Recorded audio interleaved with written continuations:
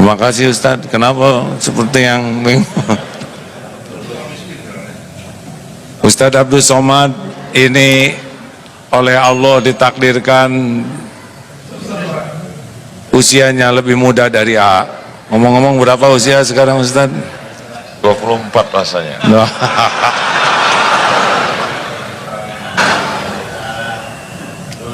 Saya 58, beliau 43. Tadi kan 43 waktu ya. Yang asli Baru ingat tahun 2020. wah, alhamdulillah. Ya insya Allah setiap ulama pasti ada cobaannya. Amin ya Allah. Dan cobaan itu pasti akan membuat semakin bisa dekat dengan Allah. Amin ya Allah. Ustadz, kalau naik pesawat, Ya. pesawatnya lancar, Ustadz lihat banyak yang zikir tidak di pesawat? Tidur semua. Tidur. Kalau pesawatnya digoncang, apa yang terjadi? Pada zikir tidak? Allah semuanya menyebut Masya Allah, Allahu Akbar, takbir semua. Gitu ya. Nah itulah pentingnya goncangan ya. Ya Allah. Kalau tidak digoncang cenderung lupa ke Allah. Kalau di Allah Akbar, begitulah hadirin sekalian ya. Silakan Ustadz yang mendahului, saya bagian menyimak. Dalam programnya sebetulnya saya jadi pembawa acara malam ini. Oh iya? Iya. Kok sama dengan program saya juga pembawa acara. Jadi jamaah sekalian, malam ini kita bersyukur pada Allah kedatangan seorang ulama. Saya diberikan kesempatan untuk membuka acara ini. Mari kita buka dengan ucapan basmalah. Mari kita dengarkan baik-baik kajian tauhid yang disampaikan oleh Al-Mukarram Kiai Haji Abdullah Ibn Astiar. Kita gunakan telinga dengan baik, catat dengan baik. Mudah-mudahan ilmu yang kita peroleh malam ini dapat membekali kita menjalani hidup diridhoi Allah Subhanahu wa taala. Kembali ke baiklah, karena saya dianggap lebih tua, awalnya begini ya.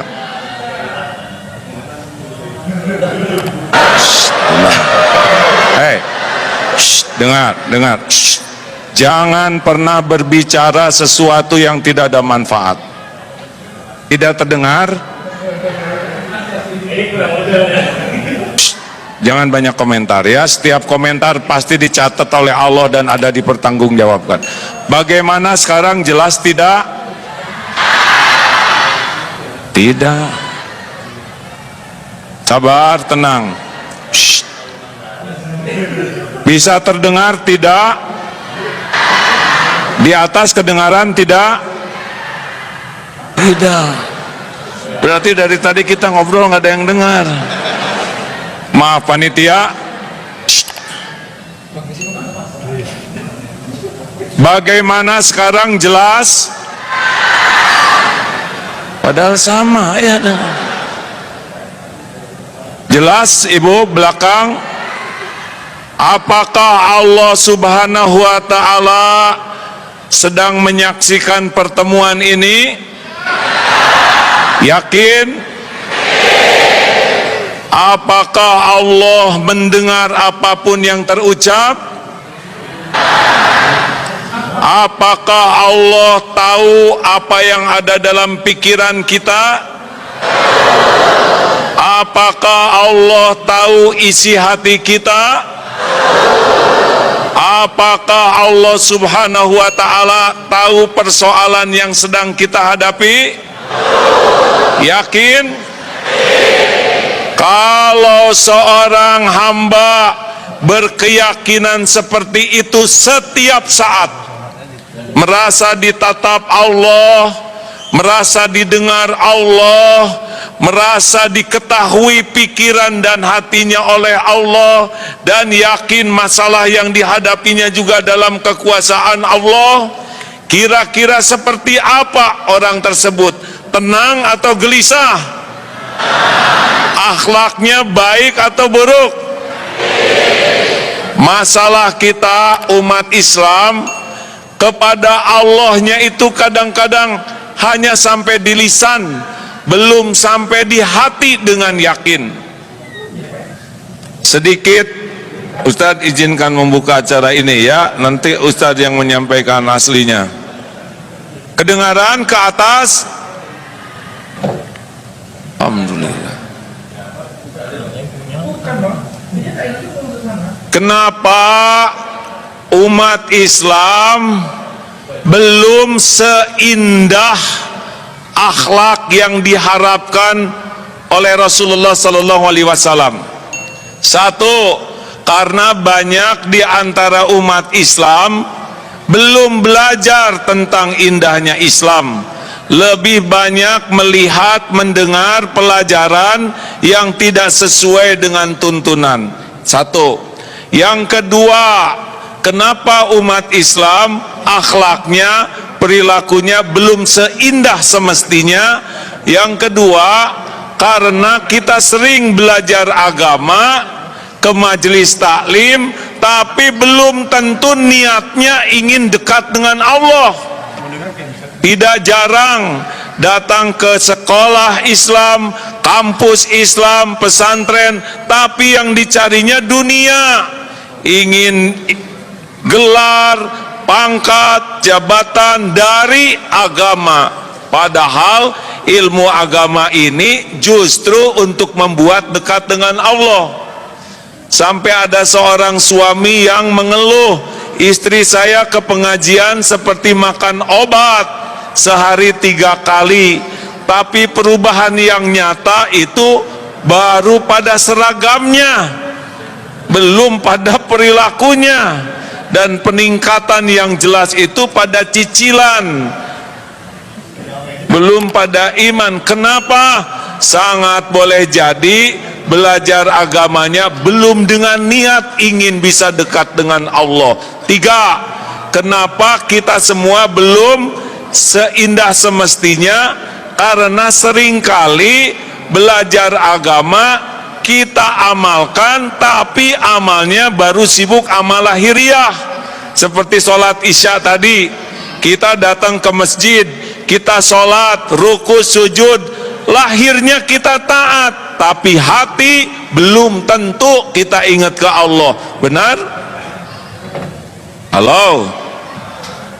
Jadi kadang-kadang kita sibuk dengan amalan lahir, tapi lalai ke amalan hati. Bahkan tidak jarang ilmu dan amalan kita justru mengotori hati. Jadi ujub, jadi takabur, merasa paling benar, merasa paling soleh, justru karena ilmu dan amal yang kita lakukan. Padahal Allah subhanahu wa ta'ala, innallaha la yanzuru ila suwarikum wa amwalikum walakin yanzuru ila qulubikum wa a'malikum. Allah, sesungguhnya Allah tidak melihat rupa dan hartamu, tapi Allah melihat hati dan amalmu. Seharusnya kita belajar agama dan mengamalkan agama itu membuat hati jadi makin bersih, amal makin melimpah. Demikianlah pendahuluan dari acara kajian malam ini. Penjelasan selanjutnya oleh Ustadz Abdul Somad. Baik, alhamdulillah kita baru saja mendengarkan sesuatu yang menyentuh hati. Sebentar. Masya Allah. Gimana perasaan jamaah malam ini bisa berkumpul dengan Kiai Haji Abdullah Gimnastiar? Senang apa lapang hatinya? Saya terus terang bisa satu majelis dengan beliau. Dulu saya nonton TV dari pagi sampai siang, sampai malam, sampai pagi lagi beliau terus. Tidak pernah terlintas di pikiran saya bisa satu majelis dengan beliau. Allahu Akbar. Ketika orang memuji A'agim, tampil di seluruh TV, bagaimana cara A'agim bisa meluruskan niat dan membersihkan hati? Ini mah jadi bulak-balik begini hadir. Dulu Ustadz, Ya. kita ngobrol aja lah ya. Baik. Dulu tidak pernah menyangka akan menjadi posisi seperti ini. Ya. Tetapi entah bagaimana takdirnya tiba-tiba menjadi dikenal sebagian orang. Allah. Padahal secara keilmuan belum siap, dan ada lagi yang belum siap, keimanan belum siap. Jadi ketika makin populer, makin di banyak tampil, ternyata saya kehilangan yang sangat besar, yaitu rasanya kehilangan kedekatan dengan Allah dibanding sebelum dikenal orang. Jadi ustadz populer malah jauh dari Allah. Iya, itu sampai tahun 2006. Insyaallah. Sebelum Allah memberikan karunia, ditegur, diingatkan, sehingga alhamdulillah, mudah-mudahan sekarang sudah bisa lagi nginjak bumi. Kalau dulu jadi terbang kayak balon gas, karena ketipu atau tidak siap dengan popularitas. Gitu Ustaz. Sekarang gimana Ustaz jadi orang populer, Han? Ini pas umur saya dulu, Pak. Saya dulu mulai diuji popularitas umur 39, 38, 39 mulai di TV. Ustaz sekarang lagi populer-populernya nih. Tapi saya mulai diuji umur 45, Ustaz 43, 2 tahun duluan Ustaz. Bagaimana mungkin orang yang berada di masjid, yang semestinya mengingat Allah, yang mestinya berasa berhadapan dengan Allah, tapi justru melupakan Allah? Ini kan ujian luar biasa. Ya, memang kalau mulut mudah menyebut Allah, tapi hati belum tentu. Dan bahayanya penceramah model kita, Ustadz, ya, kalau orang awam, Wali, alhamdulillah, nih tuan rumah. Waalaikumsalam warahmatullahi wabarakatuh. Bang, apa kabar? Masya Allah, Pak Wali. Masya Allah. Ya, lanjut, mau ikut gabung sini Pak Wali. Makasih Pak Wali, alhamdulillah. Beliau harus banyak didoakan karena jadi orang yang ditakdirkan diberi amanah berat di Batam ini, betul? Jadi kalau lihat pejabat tuh harus kasihan, ya. Jabatannya tidak lama di dunia tapi hisabnya lama di akhirat. Makanya doakan, doa. Jangan hanya menuntut, yang penting mendoakan. Betul Pak Wali? Masya Allah.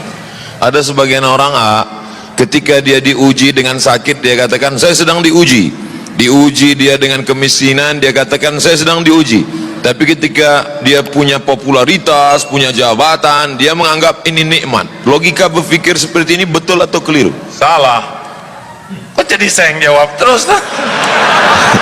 Jadi justru ujian yang ada puji, ada caci. Ujian yang terberat itu pujian. Kenapa berat? Karena pujian ini cocok dengan yang nafsu sukai. Jadi kalau nafsu suka, itu lebih berat. Tapi kalau nafsu tidak suka, itu cenderung yang lebih dekat yang Allah sukai. Seperti tidur, tahajud atau tidur, pasti nafsu sukanya tahajud atau tidur? Tidur. Nah, makanya itu lebih berat. Jadi dipuji itu lebih berat daripada dicaci. Karena kalau dipuji kita sudah suka jadi merasa seperti apa yang dikatakan orang. Wah, Ustadz Abdul Somad soleh, wah itu lebih bahaya daripada Ustadz perbaiki dong. Nah, itu lebih bagus. Berarti kalau gitu kita lebih berusaha mencintai haters daripada lovers. Ya, lover dicintai, haters juga dicintai. Masya Allah. Karena tidak rugi kita dikritik orang. Yang rugi itu sebetulnya kalau terpedaya oleh pujian orang. Sekarang bagaimana rasanya Ustaz jadi orang terkenal? Masya Allah, tabarakallah. Kita sedang disadarkan bahwa selama ini kita salah melihat hidup. Selama ini kita merasa kalau sedang sakit diuji Allah, ketika kita sedang miskin diuji Allah, ketika kita sedang dapat jabatan alhamdulillah saya diberi, padahal sebenarnya juga bagian dari dan lebih berat ujiannya, ujian jabatan. Iya, ujian popularitas lebih berat Pak. Kalau orang populer seperti Ustadz Abdul Somad ini, ya, ada contoh lain dah? Udahlah giliran. Kalau orang tidak dikenal bikin kesalahan bisa dia sendiri Pak. Tapi kalau model orang hampir nyebut kita, model Ustadz yang terkenal ini bikin satu aja kesalahan, ditiru orang banyak, udah nggak tahu gimana ngejar tobatnya itu. Dosa jariah. Iya, dan terus disampaikan, apalagi sekarang dengan seperti ini lebih sensitif lagi. Insyaallah. Makanya siapapun, dan orang terkenal itu bukan karena maunya orang, karena maunya Allah. Ujian, tidak usah ingin terkenal, dan kalau nggak ada takdirnya nggak akan pernah terkenal. Tapi yang udah ditakdirkan terkenal harus obat habis-habisan supaya tidak terpedaya oleh keterkenalan yang kita. Bagaimana memanage hati kita supaya kita tidak terpedaya oleh setan yang luar biasa? Jadi terbalik, ini tidak sesuai rencana saya. Rencana saya mau dengerin Ustadz ceramah. Saya sedang belajar ilmu tauhid. Bagaimana mensucikan hati? Gimana jamaah? Gimana membersihkan nih, ya? hati. Tidak boleh mengadu ke jamaah. Oh gitu ya. Aneh pada saya tuan rumahnya. Begini Ustadz, kata guru saya, kalau kita sedang diuji dengan dihormati orang lain, pokoknya kalau orang menghormati kita pasti minimal dua hal. Satu, yang dipuji oleh orang itu pasti karunia Allah. Wah ini pintar, pasti karunia Allah. Wah ini hebat, pasti karunia Allah. Wah ini kaya, pasti karunia Allah. Pokoknya kalau orang muji kita, yang dipuji itu pasti pemberian Allah. Itu yang pertama. Jadi kita harus tahu, oh ini yang dipuji pemberian Allah. Yang kedua, kenapa kita dipuji orang? Karena Allah menutupi aib, dosa, kejelekan dan kekurangan kita. Nah kata guru saya, kalau kita sedang dikagumi orang, dipuji orang, sibuk lihat apa yang Allah tutupi daripada sibuk menikmati pujian penghargaan orang. Masya Allah, tabarakallah. Jadi sebenarnya ketika kita sedang dimuliakan, diagungkan, dihormati, disanjung tinggi, sebetulnya bukan prestasi kita, tapi karena pemberian pinjaman Allah, dan Allah menutupi aib cacat kita. Benar, dan itu ujian lebih berat daripada nggak ada yang muji. Kenapa Allah tidak buka? Itu semua karena sayang Allah kepada kita. Sayang Allah. Mungkin doa orang tua, mungkin kita pernah nolong seekor kucing, mungkin kita pernah ngasih minum burung, dan Allah suka dengan kebaikan kita, yang kita tidak merasa hebat dengan kebaikan itu, tapi Allah suka. Biasanya orang bicara tentang masalah dunia ini, dia melihat yang di luar, ekonomi, politik, sosial, budaya, tapi lebih mengajak kita untuk melihat ke dalam. Sebenarnya masalahnya ada di dalam hati kita. Mengapa? Lah kan jelas sekali Ustaz, innallaha la yanzuru ila suwarikum wa amwalikum walakin yanzuru ila qulubikum wa a'malikum. Allah tuh tidak lihat rupa dan harta, tapi Allah melihat hati dan amal. Ustaz maaf ya, mungkin Ustaz apa? Ustaz lebih hafal tentang dalil yang 3 dihisab pertama. Yang pertama mujahid, yang merasa berjuang sampai terbunuh di medan perang. Dan ketika dihisab, ditampakkan nikmat, dia mengakuinya. Apa yang kau lakukan? Ya Allah, saya sudah berjuang sampai saya mati di medan perang. Saya lakukan lillahi ta'ala. Apa Allah menjawabnya? Kadzabta, dusta kamu, bohong kamu. Kamu berjuang karena ingin dianggap pemberani, dan sudah engkau dapatkan ujian itu. Akhirnya dia diseret, tertelungkup, masuk ke dalam neraka.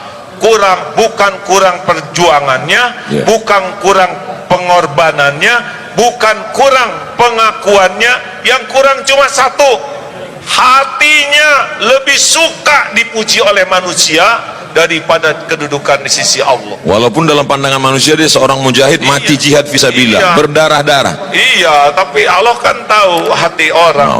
Yang kedua, orang yang belajar agama dan yang mendakwahkannya seperti Ustadz Abdul Somad, Ustadz yang lain, Ustadz. Belajar sampai ke Mesir, sampai ke Maroko. Itu yang kedua. Merasa lama di Arab. Padahal onta lebih lama. Yang kedua. Yang ketiga, kita akan lanjutkan setelah yang satu ini. Minum dulu. Minum dulu Ustaz. Ini lagi seru-serunya kita minum. Fadal. Masya Allah, tabarakallah. Yang kedua itu yang belajar agama dan mendakwahkannya, belajar Quran dan membacanya. Tidak semua ke surga. Jadi jangan kaget kalau di akhirat, na'udzubillah min zalik, ada ulama yang terkenal di dunia tapi tidak ke sorga. Ilmunya luas, dalilnya bagus, baca Qurannya fasih, hafal Quran, tapi ketika dihisab, kadzabta, dusta kamu. Kamu belajar agama dan dakwah karena ingin dianggap alim, dianggap ulama, dai, kondang, dan sudah engkau dapatkan di dunia, diseret tuh ke neraka. Engkau ingin dianggap qori dan sudah engkau dapatkan. Tidak kurang ilmunya, tidak kurang Qur'annya, yang kurang satu saja. Apanya Ustaz? Keikhlasan hati, Hatinya. ketulusan karena Allah. Jadi nggak cukup kita sibuk beramal kalau tidak mujahadah membersihkan hati. Dan cuma satu penyebabnya, dia senang dengan kedudukan di sisi manusia dengan menggunakan amalan akhirat. Itu yang membuat Allah marah. Mencari kedudukan dunia dengan berbagai macam bunga-bunga keindahannya, justru dengan amal akhirat. Ya, itu yang membuat Allah. Padahal yang diinginkan Allah, tundukkan dunia untuk memperoleh akhirat. Iya, coba jelaskan itu Ustaz.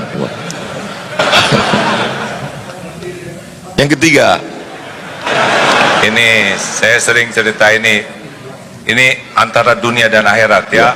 Mana yang kira-kira lebih tidak disukai Allah? Bu, akhwat, mana yang berbahaya bagi seorang wanita? Ingin kelihatan cantik atau ingin kelihatan solehah? Jangan ini aja ke sini, Ustaz. ya, Mana yang bahaya Ya. bagi seorang wanita? Ingin Ya. kelihatan cantik atau ingin kelihatan solehah? harus kita voting nampaknya. Oh gitu. Mungkin mereka ingin kelihatan cantik. Karena oleh sebab itu maka karena banyak lelaki ingin perempuan itu lebih cantik daripada ingin solehah, makanya perempuan lebih banyak mempercantik diri daripada mempersolehah diri. Wah, benar. Saya baru dapat dari grup WhatsApp. Oh gitu. Tapi yang bahaya tuh ingin kelihatan soleha. Kalau wanita ingin kelihatan cantik, fitrahnya. Ya. Kalau lelaki ingin kelihatan cantik, LGBT ya. Bolehkah Bu wanita ingin kelihatan cantik? Jawab, boleh tidak? Yang mantap boleh tidak? Untuk siapa? Suami siapa? Masya Allah, tabarakallah. Istighfar ibu-ibu. Kalau wanita ingin kelihatan solehah, pasti menggunakan hak Allah. Jadi lebih nunduk, subhanallah. Yang harusnya zikir untuk Allah, tapi dia ingin dipuji oleh orang ahli zikir. Dan itulah yang membuat Allah marah, karena dia menggunakan amalan hak Allah untuk cari pujian manusia. Itulah sebabnya ustadz, ulama, qori'ah berbahaya. Giliran ustadz, ya. Jelaskan ustadz, jangan nanya terus. Ketika sekarang orang berbicara tentang masalah ancaman-ancaman yang luar biasa, disintegrasi bangsa, kemudian bully pada ulama, kemudian dengan berbagai macam masalah, sebetulnya masalah ini di luar atau masalah manusia ini di dalam? Nggak ngerti ustadz, kurang jelas pertanyaannya. Lebih bagus ini.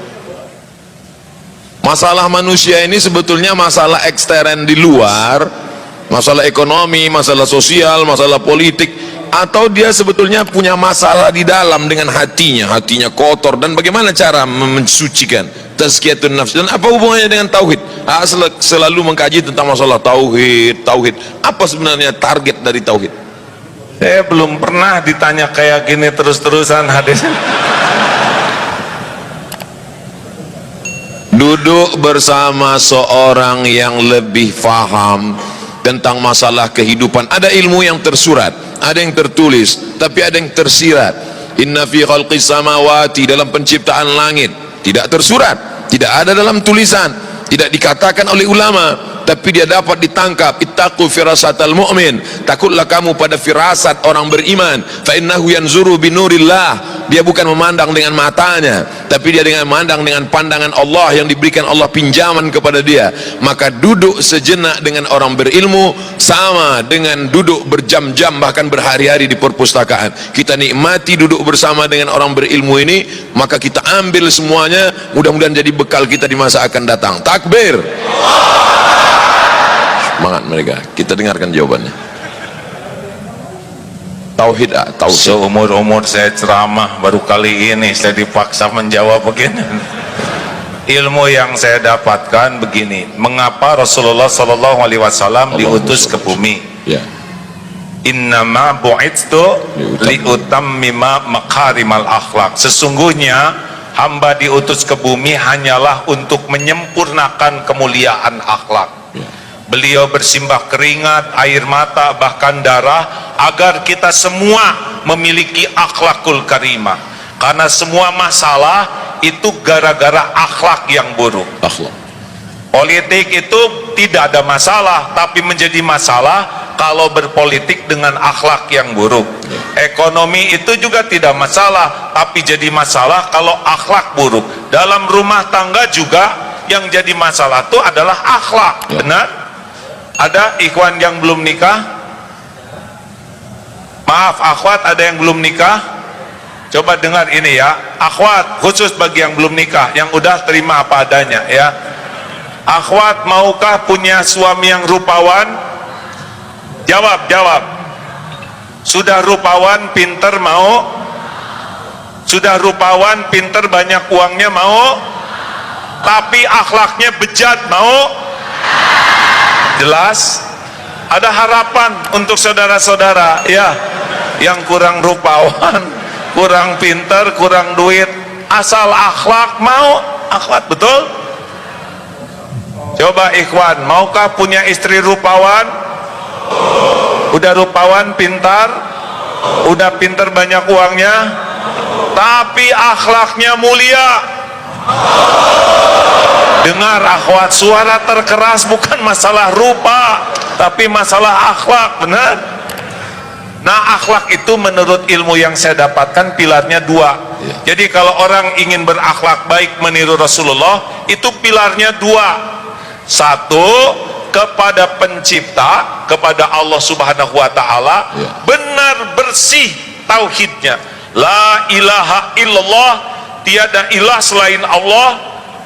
Hatinya itu tidak menuhankan apapun selain Allah, tidak menuhankan harta, gelar, pangkat, jabatan, walaupun dia punya, tapi tidak ada lengket di hatinya terhadap dunia ini. Allah saja, mau dia jadi menteri, jadi gubernur, jadi wali kota, jadi tidak ada masalah. Hatinya tuh, saya bukan hamba siapa-siapa selain hamba Allah. Buahnya dua, patuh dan pasrah.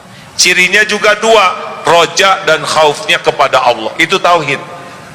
Nah, yang kedua, kaki yang kedua adalah kepada ciptaan Allah. Rahmatan lil alamin. Kepada pencipta bertauhid, kepada ciptaan rahmatan lil alamin. Penuh kasih sayang, keinginan agar orang-orang itu punya nikmat iman, bisa selamat dunia akhirat. Itu Ustadz yang saya tahu. Itu makanya A'agim selalu mengkaji masalah tauhid, bahkan pondoknya Darut Tauhid. Pertanyaan yang menggumpal, mengkristal di kepala kita selama ini, mengapa tauhid? Ternyata masalah manusia ini dapat diselesaikan dengan dua, kepada Khalik, hanya bergantung kepada Allah. Tapi selama ini kalau kita bicara tentang masalah orang bertauhid, biasanya katanya zuhud, jangan bergantung kepada harta, jangan bergantung kepada kuasa, akhirnya dia hidup miskin, susah, melarat. Tapi Agim ada yang unik, dia bicara tentang tauhid, bicara tentang zuhud, tapi dia kaya raya, motornya gede. Bukan motor gede, itu motor sedang, sayanya kecil, jadi lebih kelihatan. Masya Allah. Bicara tentang masalah tauhid, orang selalu mengatakan kalau sudah tauhid kita murni, jangan lagi memandang kepada harta, tinggalkan ekonomi, tinggalkan. Tapi justru Agim tidak demikian. Tauhid tetap, tapi kita lihat kehidupannya baik, ekonominya mapan, kehidupannya bagaimana menyeimbangkan ini sehingga umat tidak tersesat dalam pemahaman yang keliru memahami Islam. Jadi begini Ustadz, Ya, tidak menuhankan itu bukan berarti tidak punya. kata kuncinya bukan berarti tidak menuhankan, berarti tidak punya. Iya, gini, kita punya harta tapi tidak menuhankan harta, itulah zuhud. Allah. Ada orang yang tidak punya harta tapi menuhankan harta, tetap saja dia walaupun bokeh tetap tidak bagus itu yakinnya. Orang yang tidak punya harta tapi menuhankan harta, ingin punya harta padahal tidak punya harta, masuk nerakanya 2 kali berarti. Gak tahu juga Ustaz, itu urusan Allah.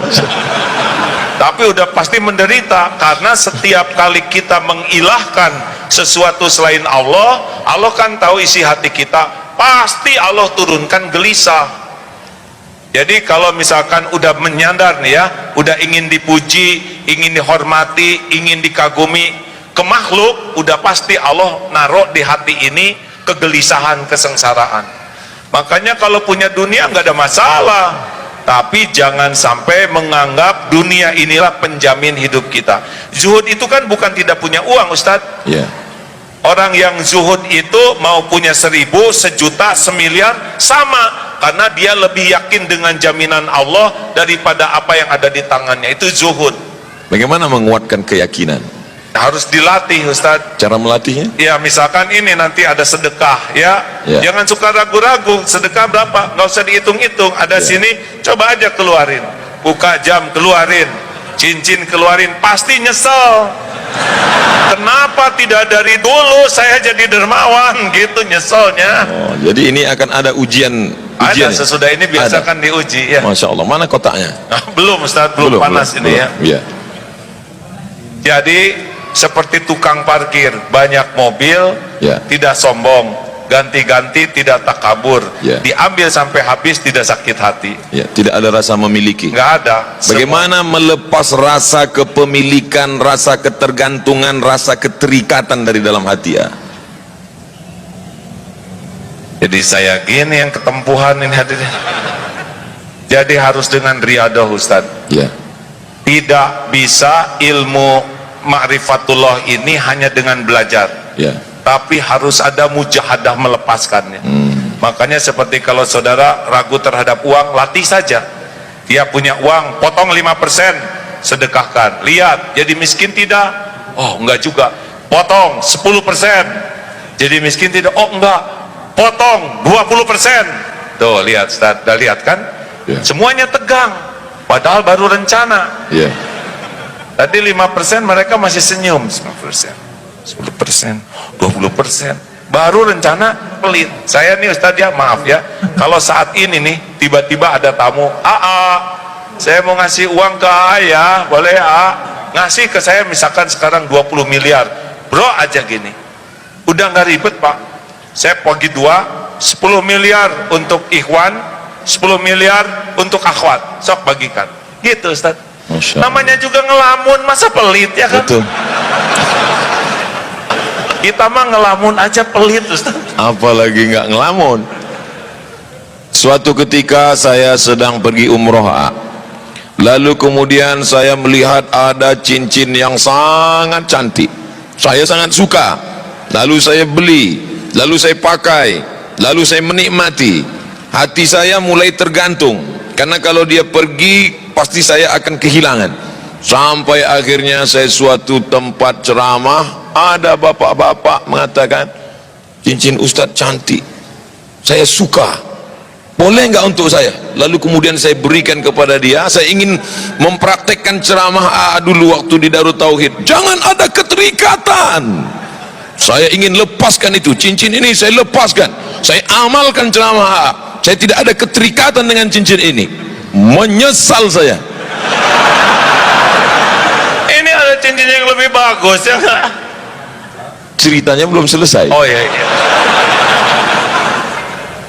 Begitu saya berikan, saya menyesal dalam hati saya. Ini gara-gara mengamalkan ilmu game ini. Jangan ada keterikatan, lepaskan semuanya. Saya lepaskan satu cincin. 2 hari setelah itu saya ceramah di Makassar, datang bupati, tidak boleh sebut nama, menjaga kode etik jurnalistik. Dia lepaskan cincin yang dia sayangi, yang lebih mahal yang dari saya punya. Inilah dia sekarang. Masya Allah, Alhamdulillah, Allahu Akbar. Yakin kan? Memang ajaran ini luar biasa. Saya dulu dilatih guru saya begitu, Pak. Pokoknya berikan. Sekarang udah nggak riadoh lagi ya, saudara, jangan ngarap-ngarap apa-apa ya. Makanya saya nggak begitu bawa apa-apa, takut diminta. Dulu sama Ustadz, punya cincin ada lafaz Allah, bagus, kata guru, kasihkan. Sampai dulu sekali baju itu sampai tinggal 1, Ustadz, baju untuk ceramah. Nah, malam minggu itu saya ingat ceramah di Jatinangor. Jatuh karena ceramahnya di kampung. Tes, kedengaran, Bu? Jelas?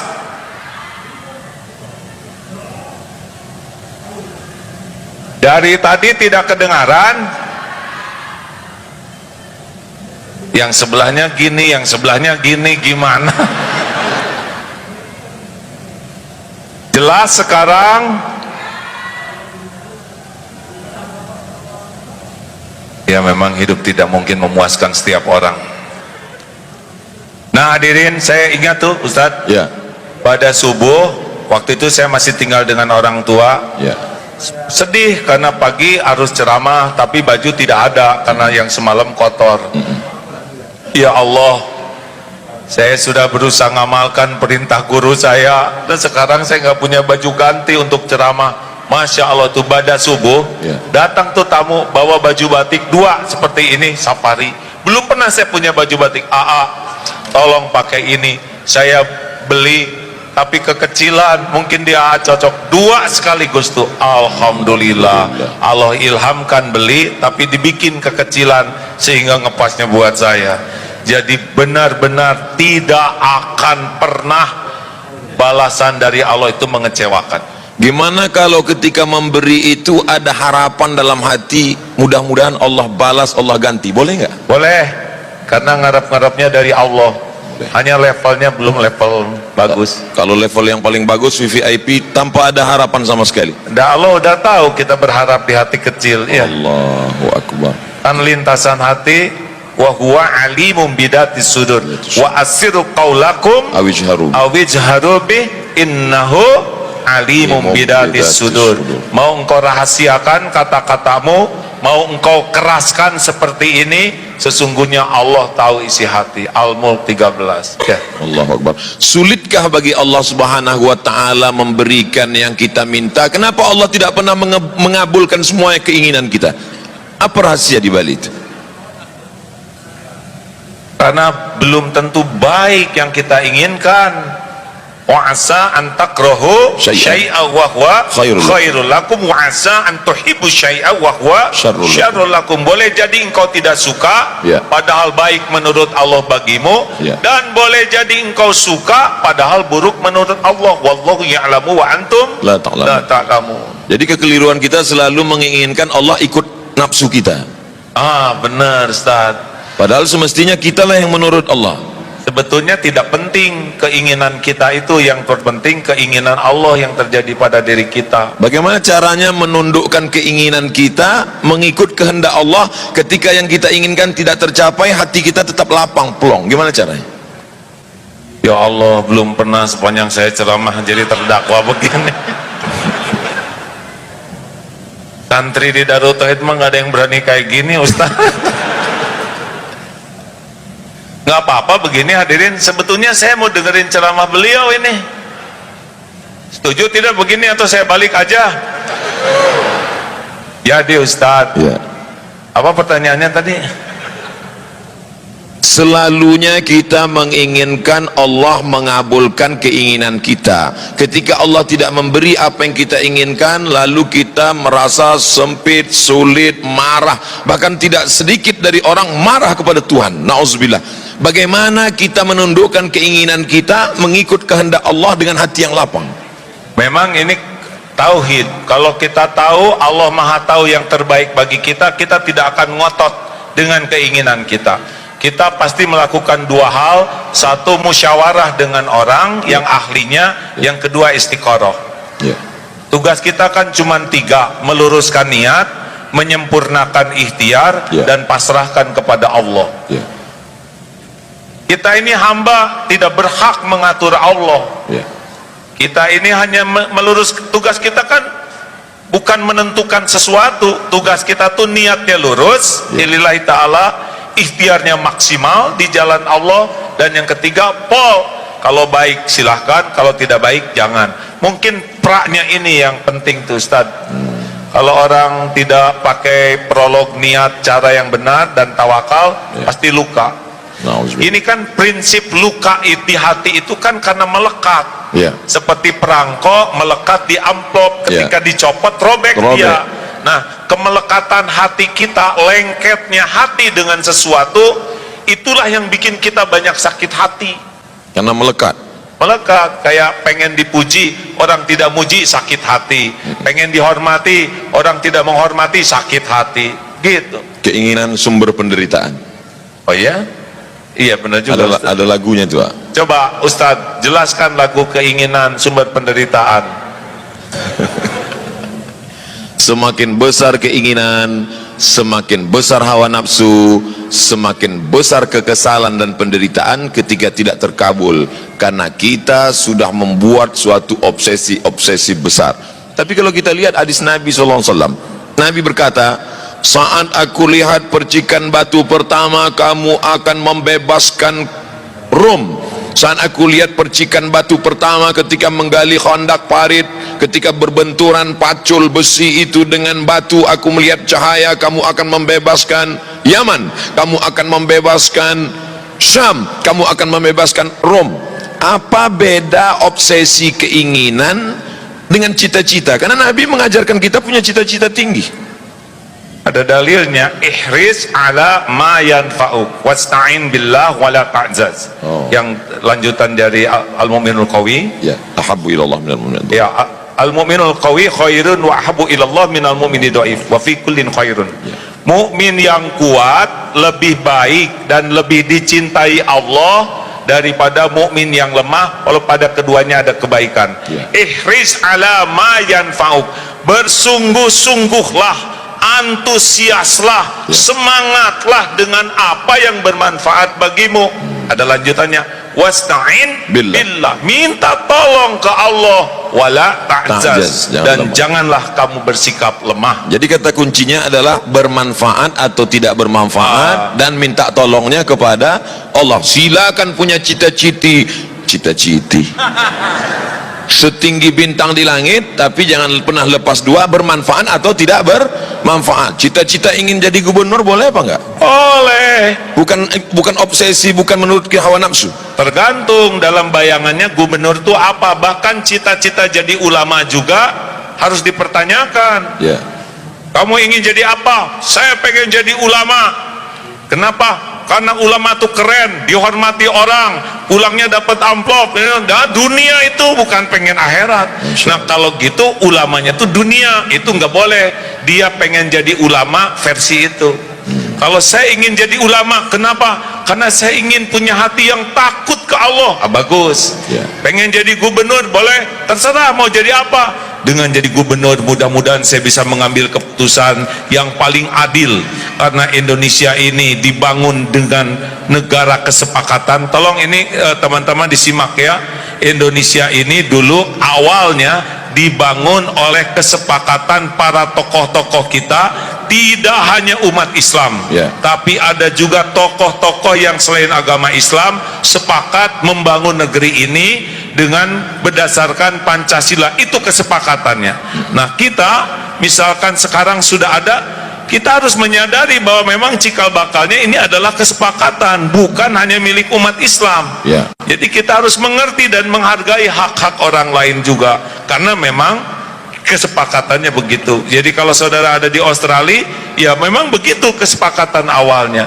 Nah kita kalau saudara pengen jadi gubernur, dengan begini saya mudah-mudahan bisa bersikap adil kepada umat Islam, mudah-mudahan bisa menjadi tauladan mengajak ibadah dengan benar, berakhlak dengan baik. Kalau niatnya jadi pejabat untuk keadilan, untuk kemaslahatan, jadi tidak jadi udah dapat pahalanya. Manfaatnya paling tidak Kiai Haji Abdullah Gimnastiar bisa memuluskan, merubah Bank Riau Kepri menjadi Bank Riau Kepri Syariah.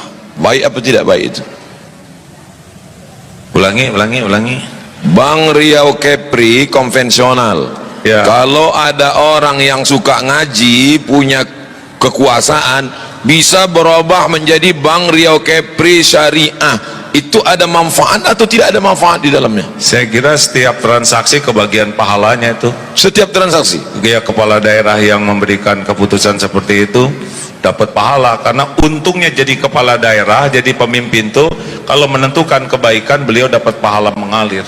Bonus. So, Pak Wali Kota